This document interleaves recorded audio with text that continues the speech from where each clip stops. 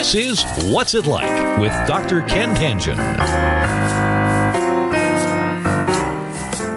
Hi, I'm Ken Tangen. My guest is Veronica Belmont, video producer, podcaster, extraordinaire. Any other titles you wish to add?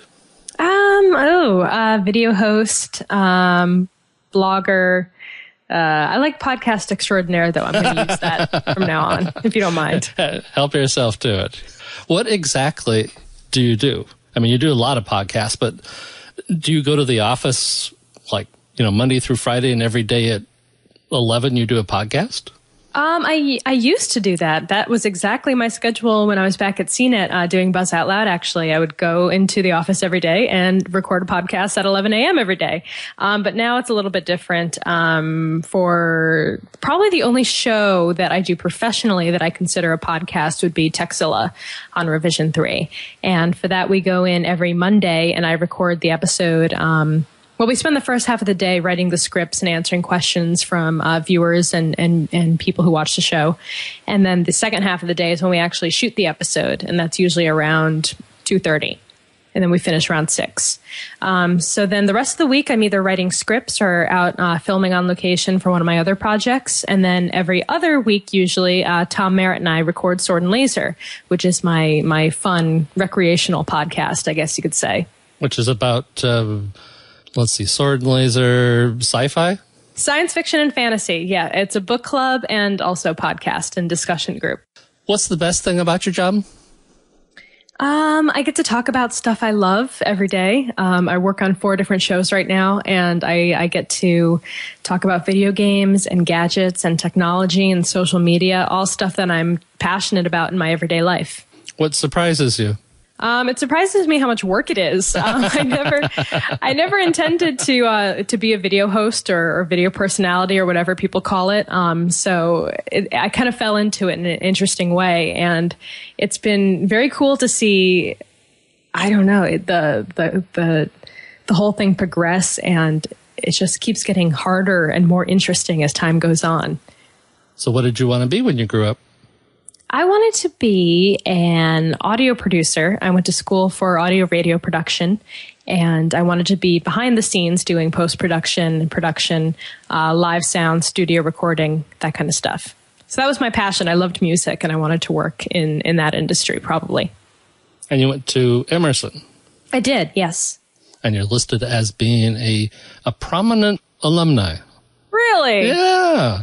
Who said that? Well, they did, actually. Oh, that's very nice of them. Isn't that nice? Along with Jay Leno. Oh, yeah, Jay Leno. He is a very reluctant alumni. Yeah. He's actually not known as being very nice to Emerson. So I am not that way. I loved my school, and I've done some speaking with their social media classes in the past, and I would love to even go back and teach a course someday when... Eventually, if I ever learn enough, if I ever feel like I've learned enough in this industry, I'd love to help other people, other teenagers and college students get involved in new media in particular. You grew up in, how would you describe it? It's sort of like a toy store?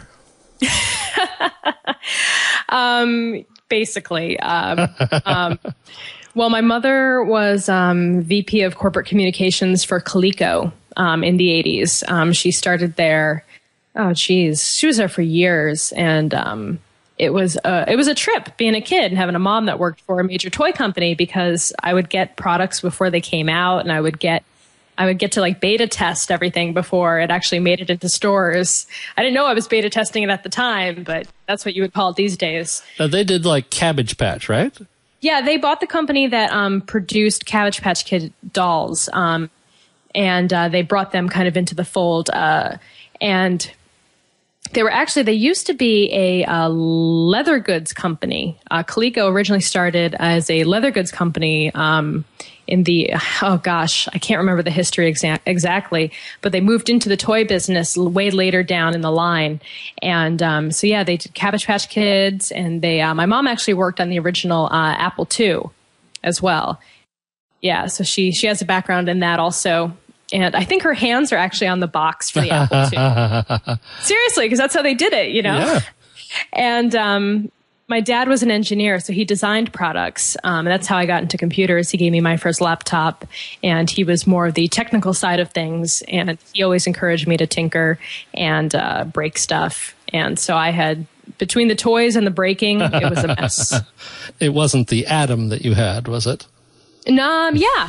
Really? Yeah. The Coleco Atom? Uh-huh. Yeah, it pretty much sunk the company. Well, it was innovation before its time. It was, which is always a bad thing to have happen to you. Yeah, but in peripherals, I mean, just people weren't ready for that kind of stuff, I guess. And then my mom went on to work in insurance later, because Hartford, where I grew up, Hartford, Connecticut, was the insurance capital of the world. I believe it still is.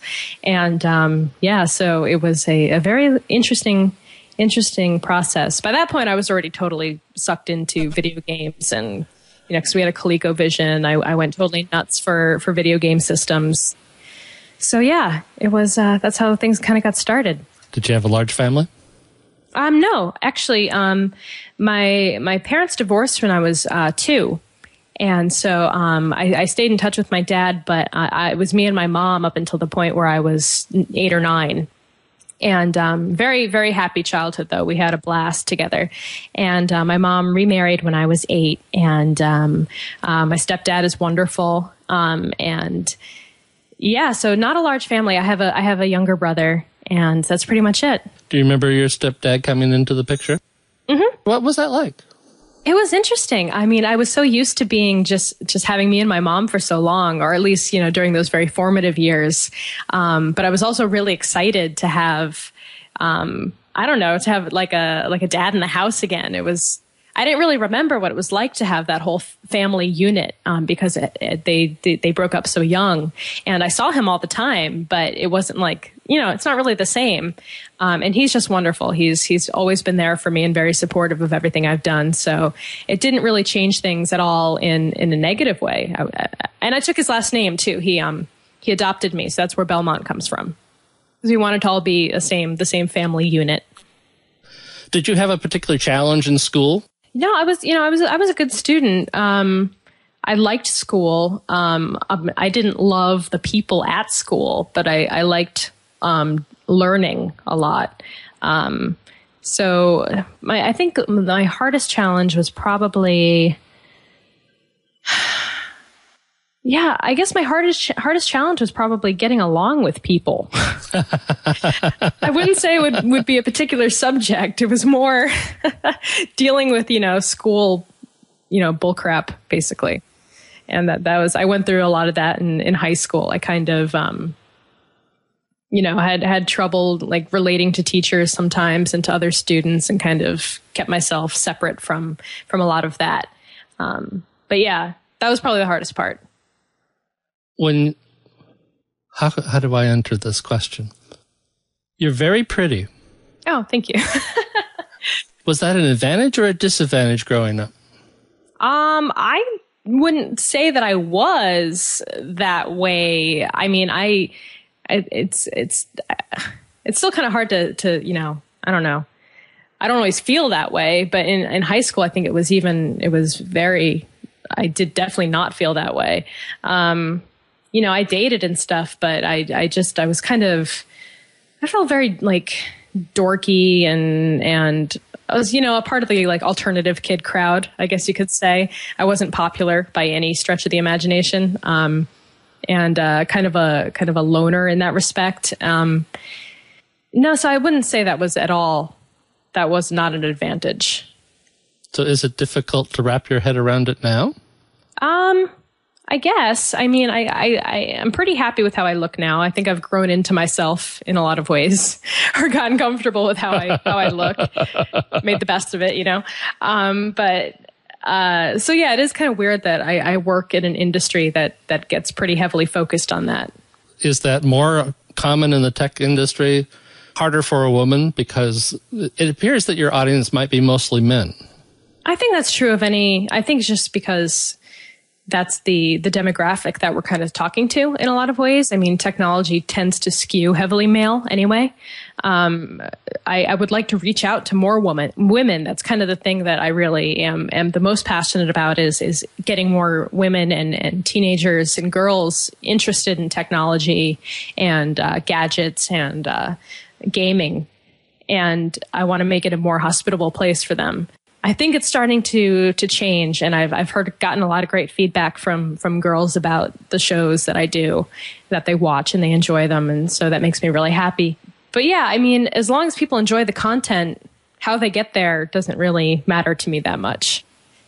I always think of fame as having different levels. If you're the only kid with curly hair in the class, that's a type of fame. I'm an albino. I was the only albino in the school. So that was a type of fame. Oprah is at the other end, right, where everyone in the world knows who she is. How would you describe your level of fame? My level of fame? That's a hard question. Thank you. I'm definitely part of a niche, and I like that because I like feeling that I can still communicate with my audience and be close to my audience and get one-on-one time with them in a sense, because I can go on Twitter and reply to them directly.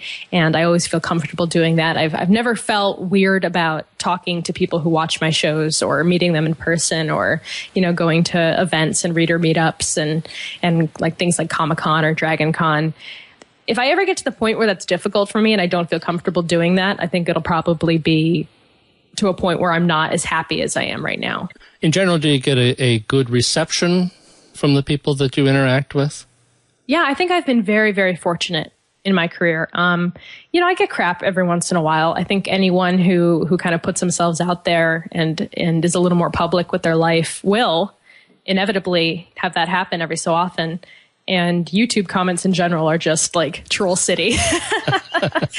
But that's just the nature of the beast. You kind of have to learn to not let it bother you and let the trolls kind of roll off your back a little bit. But I've been very lucky. I know a lot of women who do work in this industry and do similar things as I do, and they have a much harder time. And I'm not sure why that is. And teenage boys can be really harsh in their comments. Oh, they're awful.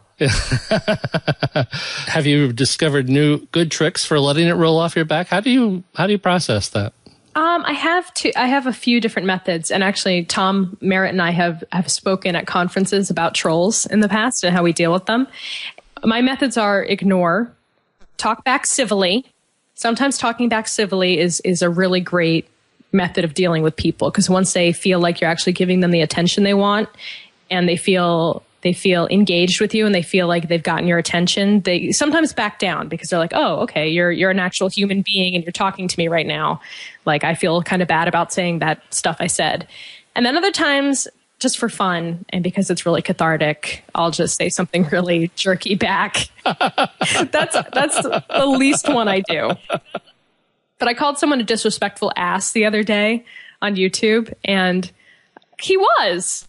And everyone voted me up and voted him down, and it felt really good. Well, yes. But that's a dangerous method. You don't want to go down that path too often because it can spiral out of control pretty quickly. So even when it's accurate, you might have to be a little more sage. You don't want to tick off the wrong person. Did you enjoy the process? You said you came to your podcasting in a rather odd fashion. You went to audio training. Mm-hmm. So how did you get from there to being cover girl? It was kind of an interesting path for sure. I got an internship at CNET back in 2004, and I was producing webcasts and web content for the sites.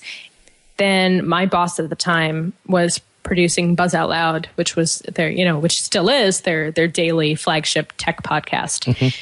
And he was leaving to go to Oracle. James Hilliard was his name. And they needed someone to step in and produce a show. And so I was a podcasting fan already. I listened to things like the Maccast and Coverville and Geek News Central and stuff like that. And I was like, okay, I can do this. This is definitely within my realm of understanding. I focused in new media studies at Emerson too. So I was. Is there such a thing as old media studies? Maybe at a journalism school, probably not at Emerson. Oh, okay. And so I took over the podcast, and I got hired full time to work on the podcast and also to produce some video content for CNET TV. First Looks from the Labs, the series was called. I think they still do it. And eventually I started talking. I started turning on my board side mic and actually interjecting comments in the show. And, one thing led to another, and I became the third co-host. And then my new boss was like, hey, we're doing a lot of content for CNET TV. We need some more people to do on-air stuff. Would you be interested in producing and starring in a few segments? And so I wrote something up, tried it out, did my first on-camera stuff and enjoyed it. And it just kind of went from there. We'll have more with Veronica Belmont right after this. A nudge, if you will. A reminder about the importance of health. And I want to bring to your attention CFIDS, C-F-I-D-S. It stands for Chronic Fatigue and Immune Dysfunction Syndrome. And it's a complex disorder that impacts many parts of the body. It's not just being tired, not the chronic fatigue part. It's actually much more devastating than that. My oldest daughter is about 3 years older than Veronica. And Katrina went to Nicaragua after sophomore year in Harvard. And she volunteered in an orphanage and came home with the flu. And that turned into an autoimmune disorder. And she has gone from being very active to bedridden. I remember her as a child. And she was an early walker. So I remember her watching her, 9 or 10 months old. And she was just toddling down the hallway. But it's difficult to describe the pain of watching your grown child toddle down the hallway. And now she can't even do that. Katrina's been sick for over 11 years now, and there's no cure for her condition.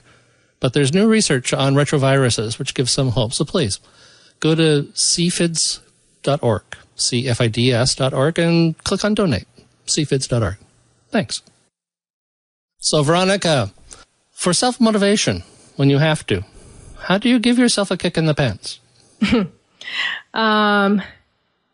I guess I just have to remind myself how fortunate I am that I get to have a career that I love so much. And, when the going gets tough, I said, well, it could be a lot worse. And, you just kind of have to go with that. I have a family I love. I have a boyfriend I love. I've got a job that I really love. Well, that came out wrong. With apologies. I love the family and the boyfriend. That is not an order. There's in no particular order. Yeah, so that kind of really gets me through. Let me go to the other side. When you have to, how do you calm yourself down? Calming myself down, that's a very good question, because I actually, when I was in high school and college, which is one of the reasons I had such a hard time dealing with things and dealing with people and being in that setting, is because I have really bad panic attacks. And I went through a long time where I had very bad social anxiety and couldn't really go out and do stuff or interact with people too much, or any kind of big project or thing that was kind of looming on my horizon just totally prevented me from functioning. And I still get that way sometimes. The social anxiety part has really kind of calmed down in a lot of ways, and I think it's because the internet helps me kind of learn how to talk to people and share and be myself. And feel like people are cool with who I am and like who I am and like what I do. Yeah. And so that's actually been some pretty good therapy in a lot of ways. Mm-hmm. But I can't, when I've got too much on my plate, or when I feel like my schedule is spiraling out of control, I just I freeze up and I can't do anything, and I get really upset and I lash out and throw things, and it's not pretty, but it's not a very good way to be either. So it's a way of telling yourself that it's time to calm down? I think that's kind of like when I get to that point is where I'm like, all right, you need to kind of chill out and reevaluate what's going on and figure out why you're so upset and what it is exactly that's making you feel this way right now. And then I usually just either, take a few deep breaths or I go do something else for a little while to clear my head. Usually I play video games. It's really kind of what I do to take myself out of the moment and have a little escapism for a while. And then, come back to the problems later and look at them in a different light. Is there an event in your life that has challenged you to the core? The first thing my mind went to was when my friend James passed away. That was the first time I'd ever had anyone that I was close to, pass. And it was very tragic and sudden. And, I think that was really startling and really made me think about, what's important to me and what's, I don't know. It was one of those kind of turning points in my life where I was kind of like, wow, I really need to take stock of what I have and, be happy and thankful for the things in my life and, the people around me. So yeah, that was the first thing that popped into my mind. When you are anxious about things, do you take control of your schedule more so than otherwise? You seem to be a busy person, so that seems like a hard thing to balance. I'm a freak about my schedule. Like I rule my schedule like an iron fist, and I live and die by my calendar. And I've been, Ryan, my boyfriend, has been trying to convince me to get an assistant for the past year and a half. And while it would probably make things a lot easier in my life, just the thought of giving someone else control freaks me out to the point where I can't even, I even had interviews. I even talked to people and was like, about being an assistant. And it was just like, I can't do this. It's too weird. It's giving up too much control. And if they mess something up, I would just totally wig out. Do you schedule free time? I schedule like dates with my girlfriends and like sometimes months in advance. And they think it's really weird, but they've kind of started to learn that that's the only way that if they want to hang out, and I do want to hang out with them, we need to plan something, because then that time will just get filled in by other stuff and then we'll never have a chance to see each other. Ryan always jokes that he never gets a chance that he has to, even when he schedules things months in advance, if I have like a shoot or a filming date come up, I'll bump him because I know he won't get mad at me. Well, remember, because your job is really important to you. Right. But it makes him sad, so I try to reschedule pretty quickly. Yeah. Do you schedule time for playing computer games? I should. I've been very frustrated lately because I haven't had a lot of time to play video games, and but it's part of my job too. It's not just curricular for me. It's something that I have to do to stay on top of all the news and all the games that are coming out, so I know what to cover, what to talk about. Just staying up to date on all that stuff is a whole nother job in itself, in a way.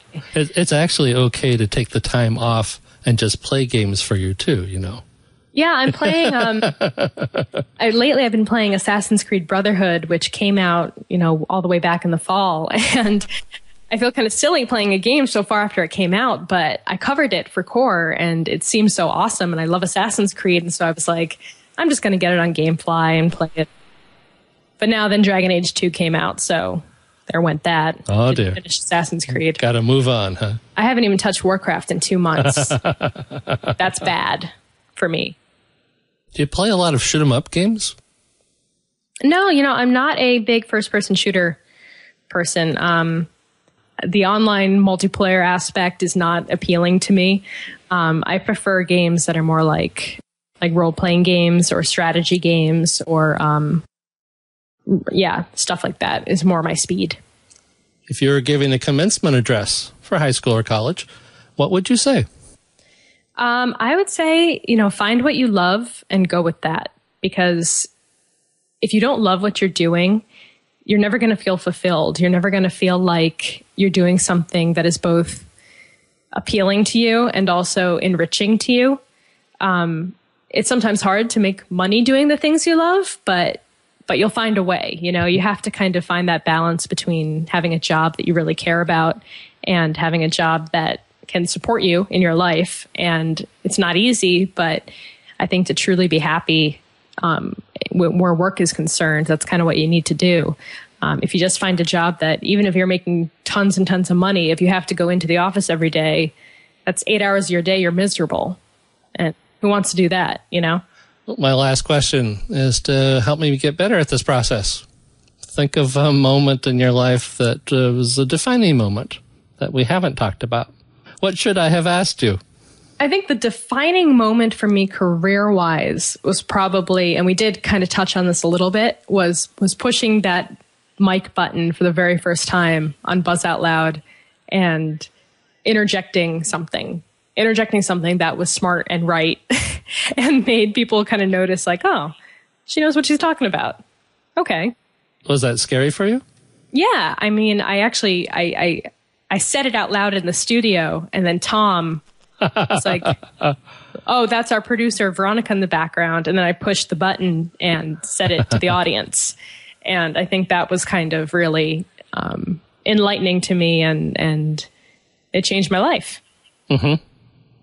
For sure. Personally, just kind of being comfortable with who I am. I think it's been an ongoing process, maybe not just one moment, but figuring out that, the things I love and the things that I do that make me happy connect me to other people, and that I should keep going with that no matter what anyone else says, or you just have to do what you love in work and in life. I mean, it's the only way to be happy. How old were you when you discovered you were smart?